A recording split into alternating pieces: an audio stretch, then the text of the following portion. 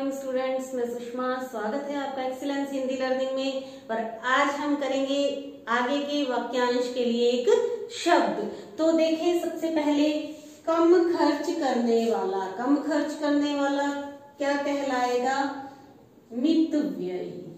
बिल्कुल आसान है ये, मितव्ययी। और अधिक खर्च करने वाला क्या कहलाएगा?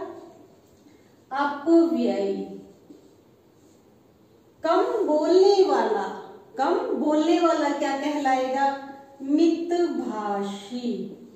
मितभाषी। और अधिक बोलने वाला कहलाएगा वाचाल।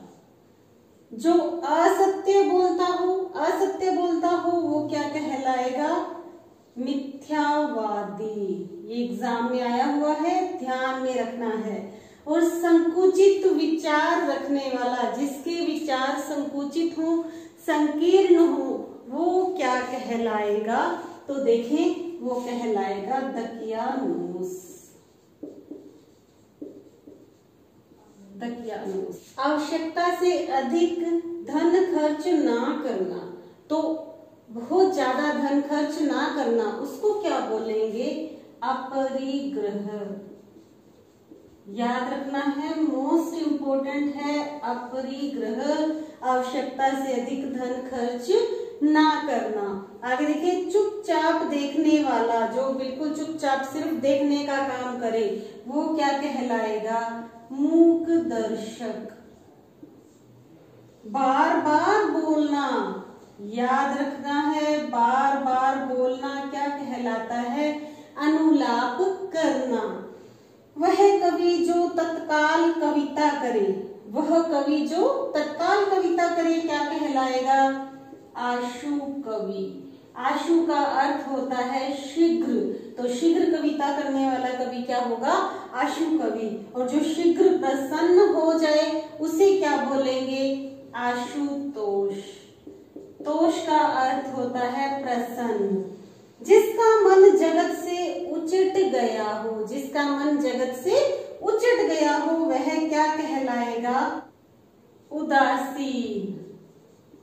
वह क्या कहलाएगा? उदासीन। और जिसका मन कहीं अन्यत्र लगा हो, तो वो कहलाएगा अन्य मनस्क। वो कहलाएगा अन्य मनस्क। आगे देखिए, मध्य रात्रि का समय। मध्य रात्रि का समय क्या कहलाएगा? मध्य रात्र। ध्यान में रखना है, मध्य रात्रि नहीं, मध्य रात्र। दोपहर का समय कहलाएगा मध्याह्न। मध्य प्लस अहन। अहन का अर्थ होता है दिन। अहन का अर्थ क्या होता है? दिन। दोपहर बाद का समय क्या कहलाएगा? अपराह्न। और दोपहर के पहले का समय पूर्वाह्न। ध्यान में रखना है। अर्धरात्रि का समय, अर्धरात्रि का समय क्या कहलाएगा? निशीथ। संध्या और रात्रि के बीच का समय, संध्या और रात्रि, संध्या और रात्रि के जो बीच का समय होता है उसे क्या कहते हैं? प्रदोष या पूर्व रात्र भी कहते हैं। जिस टाइम संध्या का टाइम हो और रात होने वाली हो, उसके बीच का समय कहलाता है प्रदोष। 16 कलाओं से युक्त चांद। 16 कलाओं से युक्त चांद क्या कहलाता है? राका। राका अर्थात 16 कलाओं से युक्त चांद, चांदनी। अमावस की रात क्या कहलाएगी? कुहू। याद रखना है। और आप देखें, इसके अलावा और भी हैं जो कि अभी मैं जस्ट बाद इसके बाद करवाऊंगी। दिशाओं से संबंधित, यहाँ पूरे नहीं आ रहे थे, तो इसके जस्ट बाद हम करेंगे दिशाओं से संबंधित। आवश्यकता से अधिक बरसात होना क्या कहलाएगा? अतिवृष्टि। अतिवृष्टि। और बरसात बिल्कुल भी ना होना, वो होगा अनावृष्टि। बहुत कम बरसात होना कहलाएगा अल्पवृष्टि। सहित तेज हवा, वर्षा भी हो रही है और तेज हवा भी चल रही है, वो क्या कहलाएगा? झंझावत या झंझा, झंझा या झंझावत, याद रखना है। मृत्यु पर्यंत, मृत्यु पर्यंत क्या कहलाएगा? आमरण। देखें, मृत्यु पर्यंत, मृत्यु होने तक मैं आपकी सेवा करूंगा, यानी कि आमरण, मरने तक। आगे देखें, जो मृत्यु के समीप हो, अर्थात जिसकी मृत्यु बिल्कुल समीप हो, वो क्या कहलाएगा? आसन्न मृत्यु, आसन्न मृत्यु। आसन्न का अर्थ क्या होता है? निकट। आसन्न का अर्थ निकट, अर्थात मृत्यु के निकट। जब तक जीवन रहे, जब तक जीवन रहे कहलाएगा यावत जीवन, यावत जीवन, जब तक जीवन रहे, अर्थात जितना मेरा जीवन होगा तब तक मैं आपकी सेवा करूंगा। तो ये हो जाएंगे इससे मृत्यु से संबंधित। तो इसके जस्ट बाद अभी हम करेंगे जो दिशाओं से संबंधित कुछ समझाने वाले थे, स्पेस ज्यादा चाहिए था, तो चलें वो देखें। अब हम करेंगे दिशाओं से संबंधित। मैं इसी में ही बता देती हूँ आपको कि उत्तर, दक्षिण, पूर्व और पश्चिम, ईस्ट, वेस्ट, नॉर्थ और साउथ, ये हो गया उत्तर और पूर्व, यानी कि नॉर्थ और ईस्ट। ये हो गया पूर्व और दक्षिण, साउथ और ईस्ट। ये है दक्षिण और वेस्ट, पश्चिम, साउथ और वेस्ट, और ये है नॉर्थ और वेस्ट, वायव्य। देखिए, उत्तर दिशा, उत्तर दिशा को क्या बोलते हैं? उदीची। मैं यहाँ लिख भी देती हूँ, उत्तर दिशा, उत्तर दिशा को क्या बोलते हैं? उदीची, याद रखना है। दक्षिण दिशा को क्या बोलते हैं? दक्षिण दिशा को अवाची।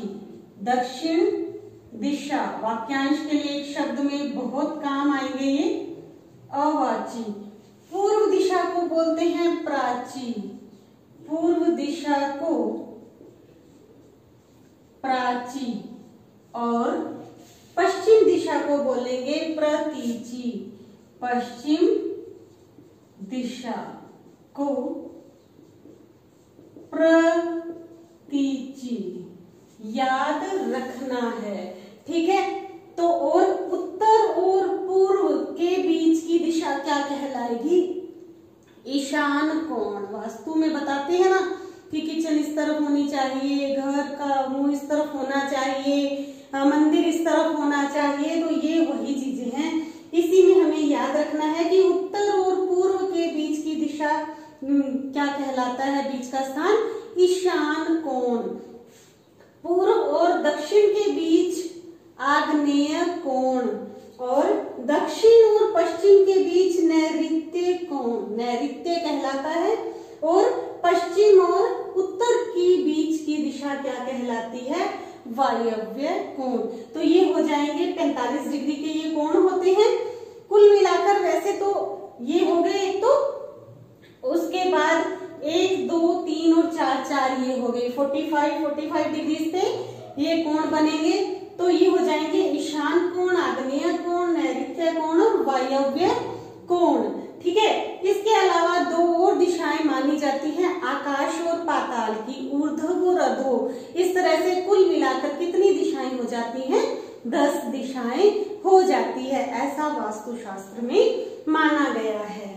तो याद रखना है, उत्तर को उदीची, दक्षिण को अवाची, पूर्व को प्राची और पश्चिम को प्रतीची, और उत्तर पूर्व को ईशान, पूर्व दक्षिण को आग्नेय, दक्षिण पश्चिम को नैऋत्य और पश्चिम उत्तर को वायव्य कहते हैं। तो ये हो गए हमारे दिशाओं से संबंधित। चलें हम और आगे चलें। आगे देखेंगे हम व्याकरण से संबंधित है। सबसे पहले कि व्याकरण का ज्ञाता क्या कहलाता है? व्याकरण, व्याकरण, ठीक है, ध्यान में रखना है। जो व्याकरण द्वारा सिद्ध ना हो, जो व्याकरण से सिद्ध ना हो, वह क्या कहलाएगा? अपभ्रंश, अपभ्रंश, ये थोड़ा टेढ़ा हो गया। साहित्यिक गुण दोषों की विवेचना करने वाला, कोई कविता लिखी है, कोई गद्य या पद्य जो भी लिखा है, उसके गुण दोषों की विवेचना करने वाला क्या कहलाएगा? समालोचक। समालोचक कौन होता है? कि किसी साहित्य के गुण और दोष दोनों बताने वाला।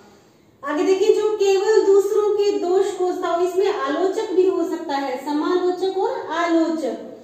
बाकी देखिए दूसरा आगे, जो केवल दूसरों के दोष ही खोजता हो, उसे सिर्फ दोष ही दिखाई दे रहे हैं, तो वो कौन होगा? छिद्रान्वेषी। कौन होगा? छिद्रान्वेषी। गुण तो दिखाई नहीं दे रहे, केवल क्या दिखाई दे रहे हैं? दोष ही दोष दिखाई दे रहे हैं। दूसरों के गुणों में भी दोष दिखाई दे रहे हैं लोगों को, वो क्या कहलाएगा? जिसमें दूसरों के गुण में भी क्या दिखाई दे रहे हैं? दोष दिखाई दे रहे हैं, तो वो कहलाएगा असूया। क्या होगा?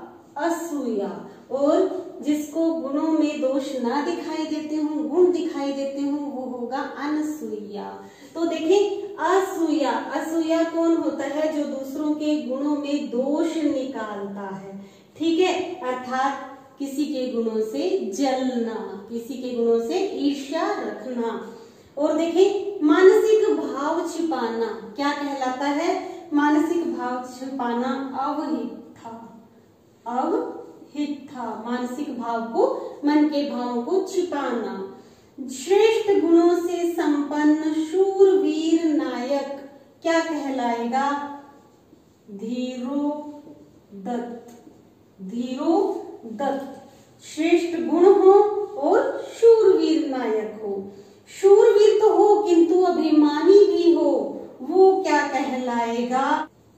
धीरोदत्त। ध्यान में रखना है कि बिल्कुल एक का अंतर है। श्रेष्ठ गुणों से संपन्न शूरवीर नायक धीरोदत्त और शूरवीर किंतु अभिमानी नायक धीरोदत्त। ध्यान में रखना है, शूरवीर हो और क्रीड़ा प्रिय भी हो तो वो होगा धीर ललित, धीर ललित। जो श्रेष्ठ गुणों से युक्त ना हो वो कौन कहलाएगा? अनार्य। क्या कहलाएगा? अनार्य। आगे देखिए, हृदय से संबंधित है कुछ, जिसे देखकर हृदय पिघल जाए तो वो क्या होगा? हृदय द्रावक, हृदय द्रावक। हृदय किसी को देखकर पिघल जाए, और जो बात हृदय में अच्छी तरह से बैठ गई हो, हमारे हृदय में बैठ गई हो, तो वो होगी हृदयंगम। कि यह बात तो हमारे हृदयंगम हो गई है। हृदयंगम अर्थात हमारे हृदय में पूरी तरह से बैठ गई है। जो दुख या भय से पीड़ित हो उसे बोलेंगे कातर। कहते हैं कि वह कातर नजरों से देख रहा था। कातर नजरों से देखना अर्थात दुख या भय से पीड़ित होकर देख रहा था। आगे देखें, ऐसा दुख जो हृदय को चीर डाले, हृदय विदारक।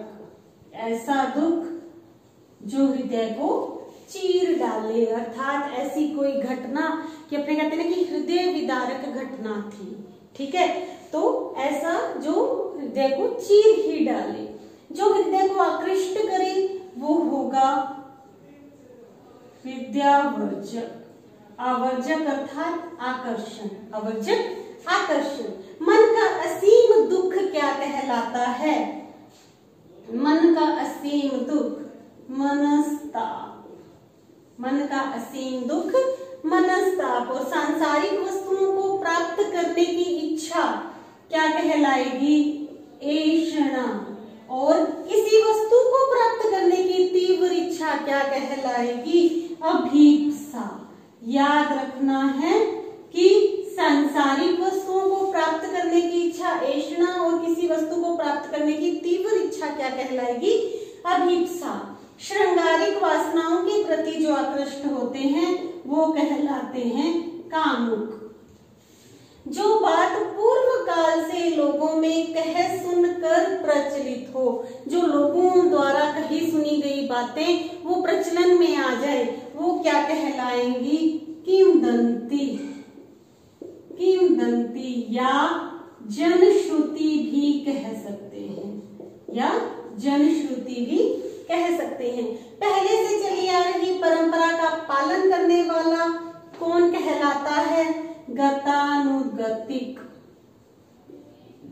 गतानुगतिक। परंपरा से चली आई कथा क्या कहलाती है? अनुश्रुति। अनुश्रुति। पीछे पीछे चलने वाला कौन होता है? अनुगामी। और जो चिरकाल से चला आया हो, लंबे समय से चला आया हो, वो होगा चिरंतन। आगे देखिए, सभी प्रकार की चिंताओं को दूर करने वाली मणि क्या कहलाती है? चिंतामणि। सभी प्रकार की चिंताओं को दूर करने वाली मणि रामचंद्र शुक्ल की बहुत ही फेमस किताब है चिंतामणि, जो सभी प्रकार की चिंताओं को दूर कर दे। पलक को झपकाए बिना क्या होगा? अनिमेष। वो देखता ही रहा, अनिमेष। अनिमेष अर्थात पलक को झपकाए बिना देखता रहा, या इसे बोलेंगे निर्निमेष। निर्निमेष भी बोल सकते हैं, पलकों को झपकाए बिना देखते रहना। ठीक है, एक दो और रह गए हैं अपने, करेंगे। इसमें थोड़ा सा इरेज कर देती हूँ यहां से, कि इन्हीं से संबंधित है। एक तो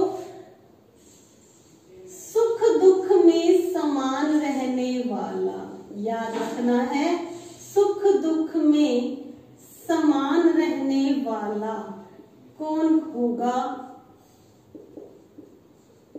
मनस्वी।